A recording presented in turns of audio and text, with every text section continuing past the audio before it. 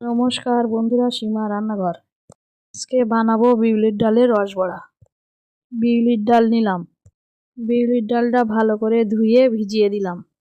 ডালের জলটা ফেলে দিয়ে আরও একবার ধুয়ে নিলাম। মিক্সচার জার নিলাম। ডালটা মিক্সচার জারে দিয়ে দিলাম। ডালটা বেটে নিলাম। বিউলির ডালটা ভালো করে ফেটিয়ে নিলাম। কড়া বসালাম। রিফাইন তেল দিলাম। তেলটা গরম করে নিলাম। একে একে বড়াগুলো ছেড়ে দিলাম। বড়াটা এক পিঠ ভেজে আর এক পিঠ উল্টে দিলাম। বড়াটা লাল লাল করে ভেজে নিলাম। বড়া ভাজাটা তুলে নিলাম। চিনি নিলাম। রস বানানোর জন্য জল বসালাম। লবণ দিলাম। চিনি দিলাম।